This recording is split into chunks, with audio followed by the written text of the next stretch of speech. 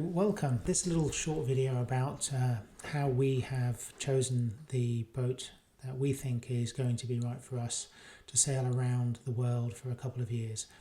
Originally we were looking at the Moody Deck Saloon.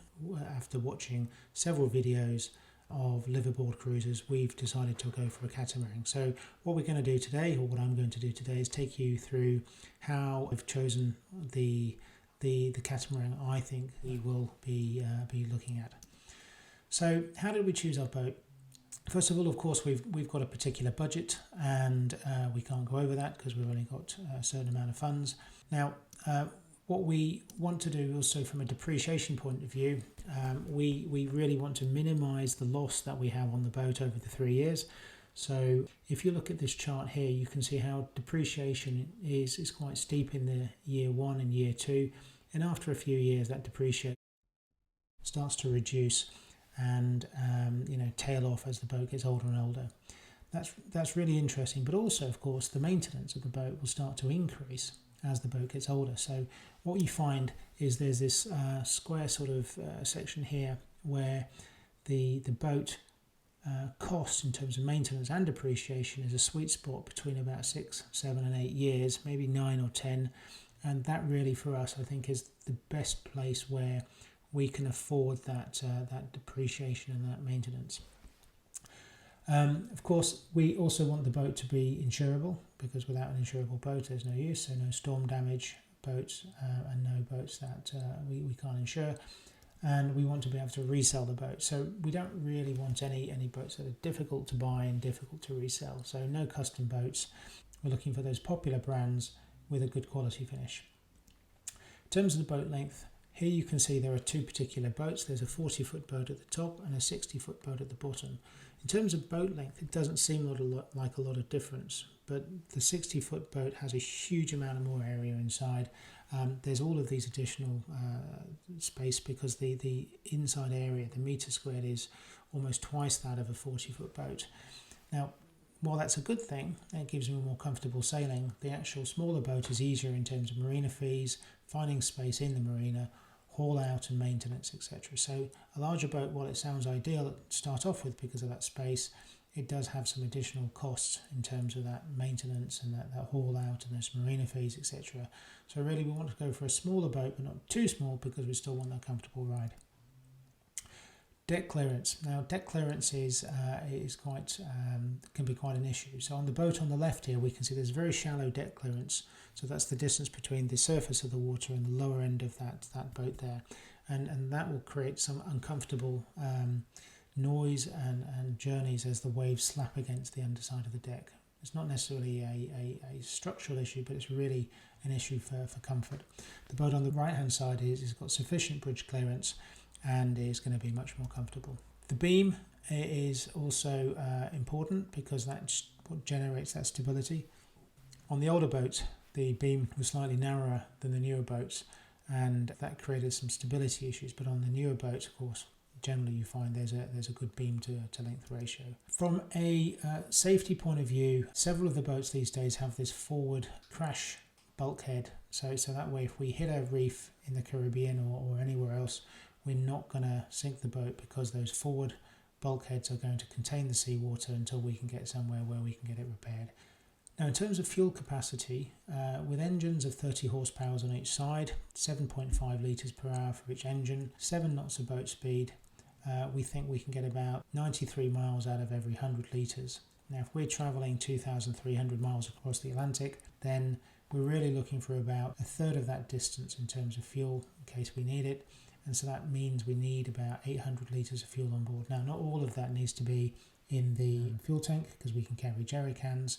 From a water point of view, we're going to need about 20 litres per person per day, 2 people on board, plus the dog, possibly some others, but for visiting. But normally there's going to be the 2 of us on board. If we do a 20-day crossing, then we're going to need again about 800 litres. That doesn't all need to be in the water tank, and with a water maker, we can probably halve that comfortably for across Atlantic. Now, if we look at the other sort of things that we've factored into our purchasing decisions, we really want an owner's cabin. Now, this boat on the left hand side has got this owner's cabin in that hull at the bottom with a shower in the front. Got a lot more space, really comfortable. And that's really going to be practical for us, whereas the other hull is for guests and for general storage. The galley position, we don't want that galley in the hull. We want the galley to be in the main saloon area because it gives us a much more social space. We've just been double-handed.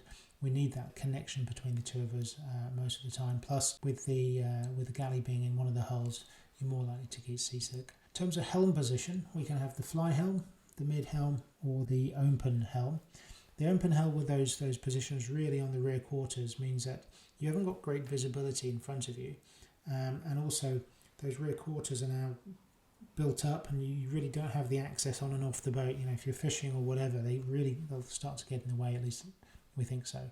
The fly helm, on the other hand, is great for visibility, but you're going to be separated from the saloon and from the galley, so not really ideal. Plus, it pushes the boom up higher, and that central pressure of area, I think, is going to create a little bit less stability.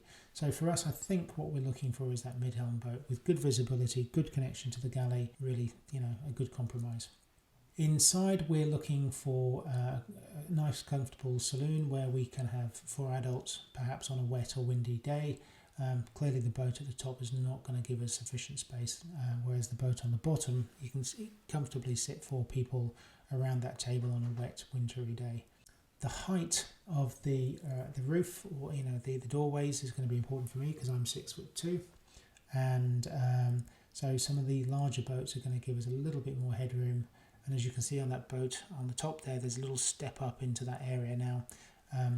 That may create a problem, so we really need to be conscious of that. Ventilation, as you can see, there's plenty of ventilation around the boats. Really important for us, especially when we're out in some of the warmer climates. Now, the engine size, this is quite interesting. So, many boats come with 2 sizes of engine. You've got the sort of the minimum standard, which could be 20 or 25 horsepower, and then they often come with optional, slightly higher spec engines. Now, when I've done the research on this, the engine is not the only factor. The propeller itself can make a big difference in terms of the propulsion.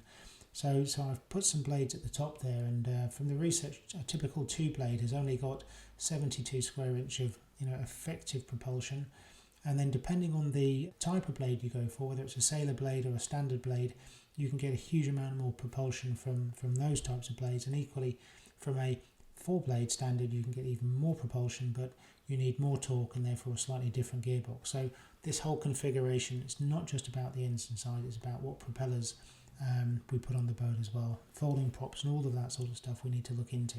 If we have the choice, let's go for the larger engine. It does mean we'll consume slightly more fuel, but I think when we need that extra push, at least it'll be there and available to us.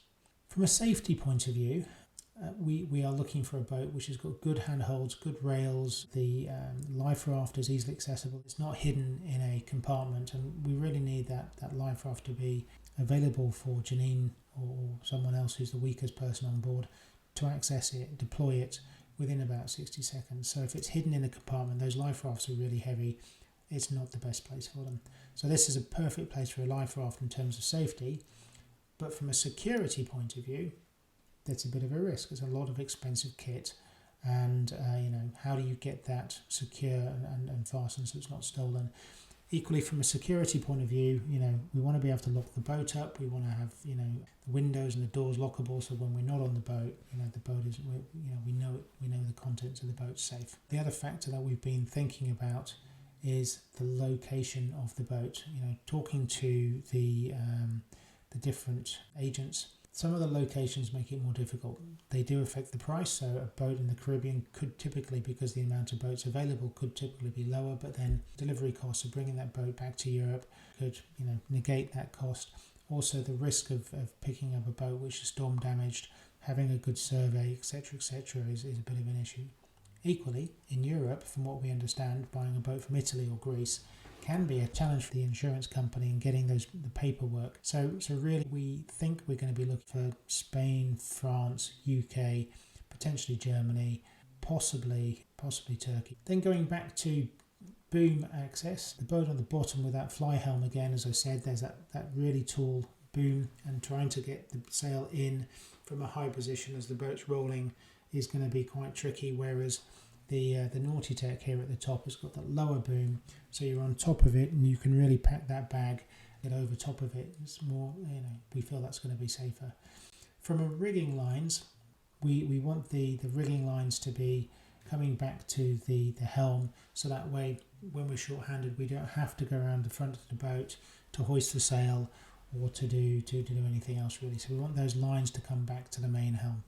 If we now move on to the analysis that we've done, about 300 boats that are under 330,000 euros, and we've plotted them on this graph. So on the left axis you can see the cost, and on the bottom you can see the age of the boat. And quite clearly there are lots of boats up to 330,000 on the market today, and there's a wide range of different prices for the same age boat. So you can see here that for a 2,000 year boat you can buy some boats which are over 300,000 and some which are under 100,000. So really the age of the boat, while it influences the price, it's not the only factor to consider. What we do think is, because of that maintenance cost, and as that cost goes up after about 9 years, we really want to avoid those money pits. So what this chart is saying is there are still plenty of boats in the market over 10 years old, and these are the boats that we really want to focus on.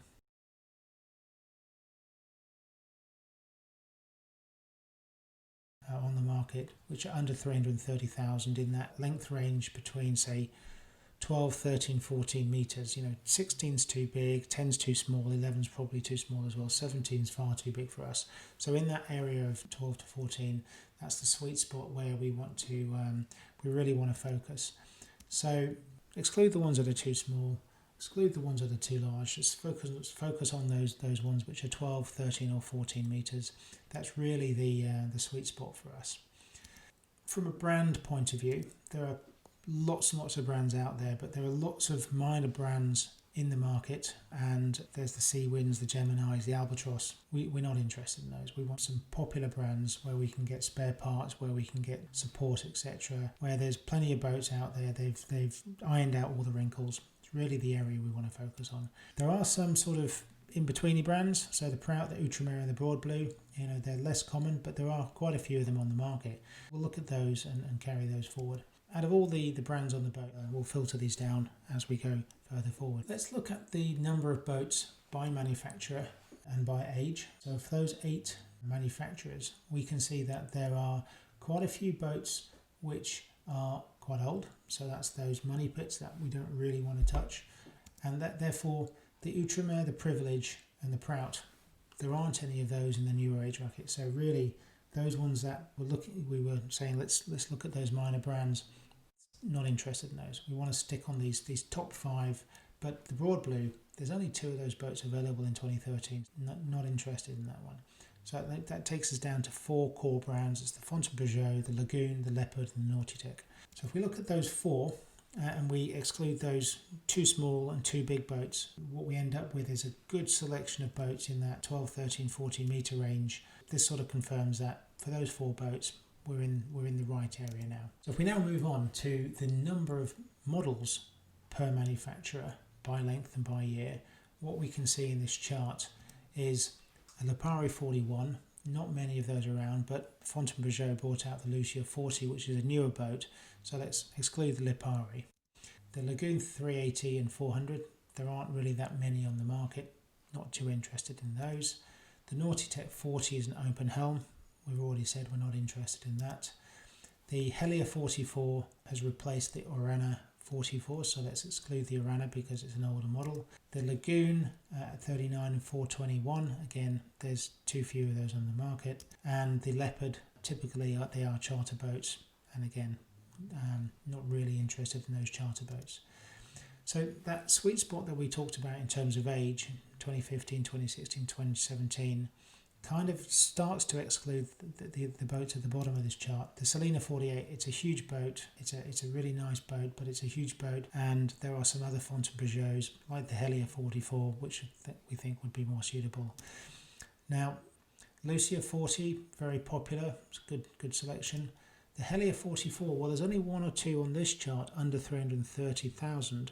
There are plenty of Helia 44s on the market. So we've kept them in even though there's only 1 or 2 under 330, so maybe we can flex a little bit on our price, but it's a good selection of boats. The Naughtytech 441 is an open, no, it's not the open helm, it's a mid-helm. They're slightly older boats. We'll keep them in just to consider them.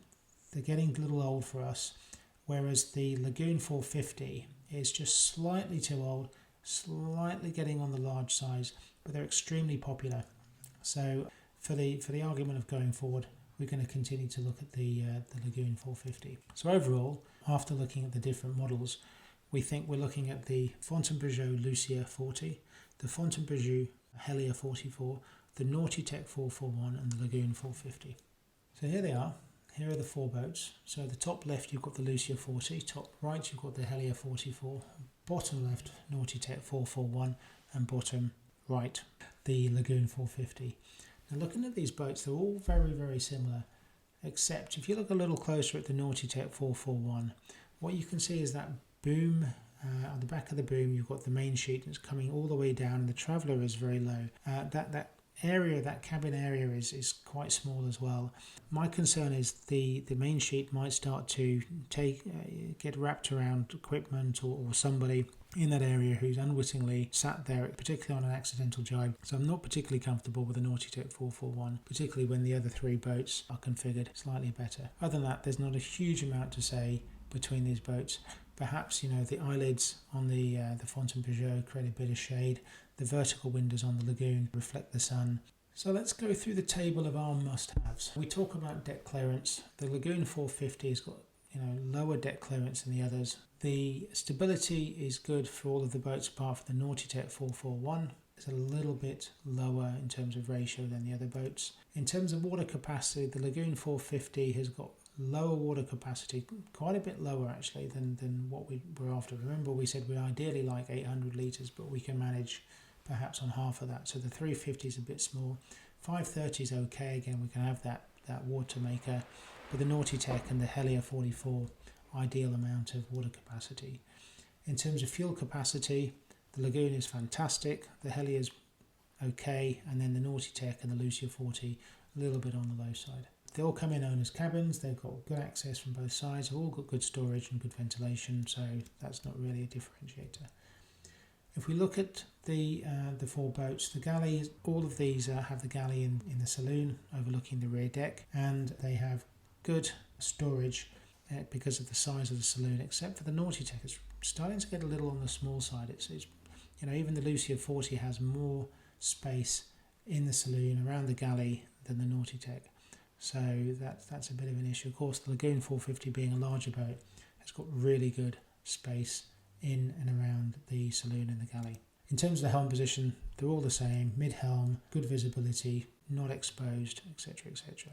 So if we look at this list and just score them up, the Naughtytech's lost a few points because of that beam to length ratio, because of the space in the Galley, because of the fuel capacity, and because of that watertight crash zone. The Lagoon 450 has lost some points because of the deck clearance, because of the water capacity. The Lucia 40 has lost some points because of that fuel capacity, whereas the Lucia 44 seems to be coming out on top in this particular page. So we need good space in the saloon for 4 adults on a wet night. As I said before, the 441 is looking on the low side. The Lagoon 450 is a large boat and it's got really good space. The Naughtytech has got an okay sunscreens and ventilations, but the other boats again have got really good ventilation and good headroom. So all four boats come with good overpowered engines. We know that the Lucias can provide good access to the life raft. The Naughtytech, we're not too sure, so we haven't marked it up or down. And the Lagoon seems to be in a compartment, so okay-ish. Is it accessible? Not ideal, but okay-ish. Otherwise, the handholds around the foredeck seem to be good on all boats. The security around the boat when we're away, that's something we can fit sort of after factory, and access to the boom is okay on the Fountaine Pajot. There's no steps on the Naughtytech, but again we can access the boom. And the Lagoon, that boom seems to be quite high, but otherwise all being equal, they're all four are very good. In terms of size, of course, the Lagoon being the larger boat, we mark it down because of those marina costs and because of the haul out costs, whereas the Lucia 40 is really going to be cost effective and cost efficient. The Helia 44 and the Naughtytech 441 in that sort of intermediate zone in terms of costs. Now, ideally we go for the Lucia 40 from a cost point of view. From an electric winch and sail area, from an electric winch point of view, it's an option on all the boats, so it's not a differentiating factor. But from a sail performance, what we can see is the best sailing performance comes from the Helia 44, and then the Naughty-Tech and the Lucia coming close second, and the Lagoon 450. I think that's probably because of the amount of storage and weight on board. We'd like the boat to be able to dry out on a beach. I believe all 4 boats can do that. And we're also looking for at least 700 kilowatts of solar. The Lucia 40 is going to have some good space. The Helia 44, although it's a bigger boat, it's got that seating area at the top, on top of the bimini, which is going to get in the way of that solar. 441 is an older boat, would need a wing roof. Equally, the Lagoon would also need some sort of custom-made wing at the back of the boat to house those solar panels. So overall, the Naughty-Tech has only got 3 points because of that salon space, because of that wing roof, because of the size, because of that ventilation and headroom. The Lagoon has only got 5 because of the wing roof, and because of its size, and because of that access to that life raft.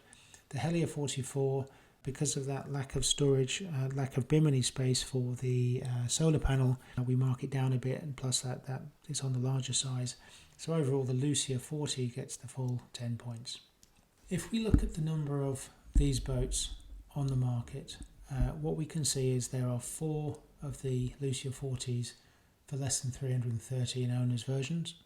The Helia 44 has got 2 boats with an owners version. The 441 is 9, and the Lagoon, there's 18 boats on the market. But out of that, how many of those are in Europe? Now, there are no Helia 44s in Europe, and nor are there any Naughty-Tech 441s. They all seem to be in the Caribbean. So there's 4 Lucia 40s in Europe, and there are only 10 of the Lagoon 450s. Out of those, how many are under 5 years old? Now, the Lucia 40, all 4 of those are in Europe, owners versions, under 5 years old, where the Lagoon, they're over 5 years old. And so if we think about the number of, if we then look at the number of boats which could be over 330,000 in Europe under 5 years old, then what we see here is it's quite different. So there are 14 of the Lucia 40s in Europe under 5 years old. There are 12 Helias in Europe under 5 years old, and there are actually 43 Lagoons in Europe under 5 years old, but the prices, as you can see from that average price, is quite a lot higher than we were looking to pay. The Helia 44 is pushing up beyond the 400,000, so again that's going to be pushing our budget. So from this chart, what we have is that the Lucia 40, from an availability and from a price point of view, we think that's really going to be the spot we're looking at. The Helia 44 is pushing up above our price bracket for boats in Europe, and equally the Lagoon pushing up even higher than our price bracket, so perhaps that should even be marked down slightly lower. If we combine all 3 tables together, what we then end up with a total score out of 10 for the Lucia 40 of 9, of the Helia 44 of 7, the Naughty-Tech poor 2 points, and the Lagoon 450 5 points. So in conclusion, the Lagoon 450, while it's a very popular boat, it's got slightly lower bridge clearance. It's a big boat.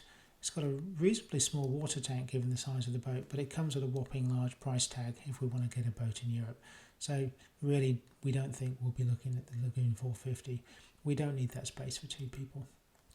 The Naughty-Tech 441, it's an older boat. The beam to length ratio slightly less. It's smaller inside.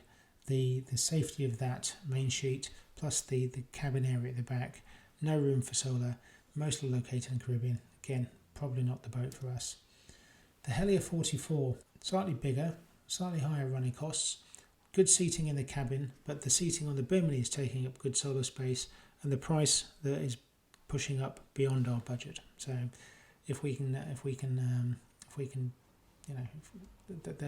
basically what we're saying is the Lucia 40 is good compromise. It's got low fuel, apart from the low fuel capacity, which might be an issue for longer passages, it's a good balance of all the things we're looking for. It's available in Europe for under 330,000 euros. So from this conclusion and this analysis, we think we're looking for the Lucia 40. So here's a picture of the Lucia 40. It's a good looking boat, nice and comfortable. Now of course Fountaine Pajot just recently announced the Isla 40, which is the successor to the Lucia 40. Not a huge amount of changes from what we can see, apart from that the front rake angle, the trampoline's got that central thing in the middle.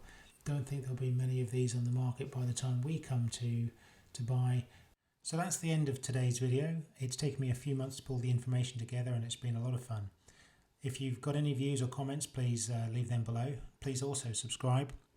Next week, Janine and I will be travelling off to Croatia to record episode 3 of our journey. And we look forward to sharing more of our sailing secrets with you.